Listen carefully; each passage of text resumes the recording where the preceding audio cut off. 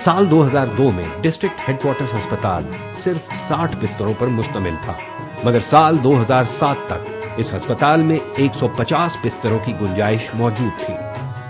چودھری پرویز الہی کے دور حکومت سے پہلے یہاں ایمبولینس سروس نہ ہونے کے برابر تھی، مگر چودھری پرویز الہی نے ڈی ایچ کیو حافظ آباد کو 7 جدید ترین ایمبولینسز کی فراہمی کو یقینی بنایا۔ کمیونیکیشن: